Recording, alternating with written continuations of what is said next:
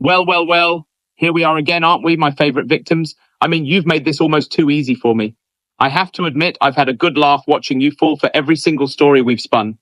Did you really believe all that nonsense about Travelodge's exclusive expansion deal? The whole idea that a billion-pound hotel chain like Travelodge would work exclusively with a small-time operation like Gallant Building Services?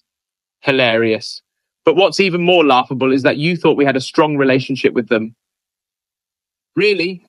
A company that big partnering with us, and only us? Even the insurance policy was a sham, and yet you never questioned it.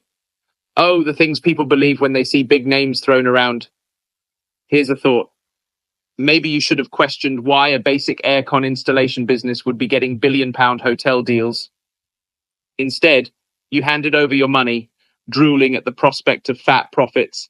But don't worry, your cash didn't go to waste. It's funding our lifestyles. That's right, every Lamborghini, every luxury trip, every bottle of champagne, all thanks to you. But let's clear one thing up. I'm not the mastermind here. That title belongs to Chris and Jonathan Lightbody. Oh yes, it was those two brothers who masterminded the whole scheme. I'm just the guy who happened to get paid a salary while the Lightbody brothers siphoned off most of the money.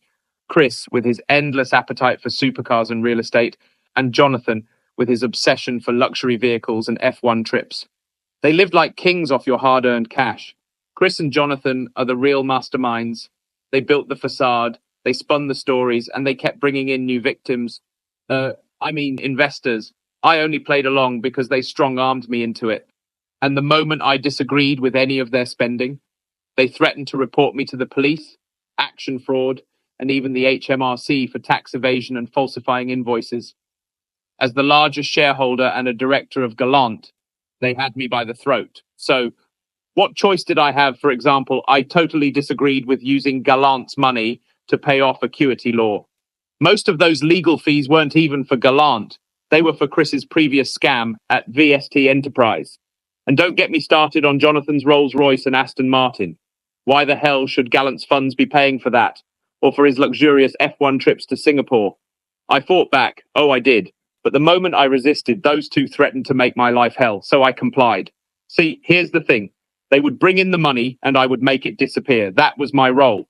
Using company accounts to pay them monthly retainers, funding their houses, their nightclub entertainments, their flashy cars, all at your expense. But don't let Chris and Jonathan fool you.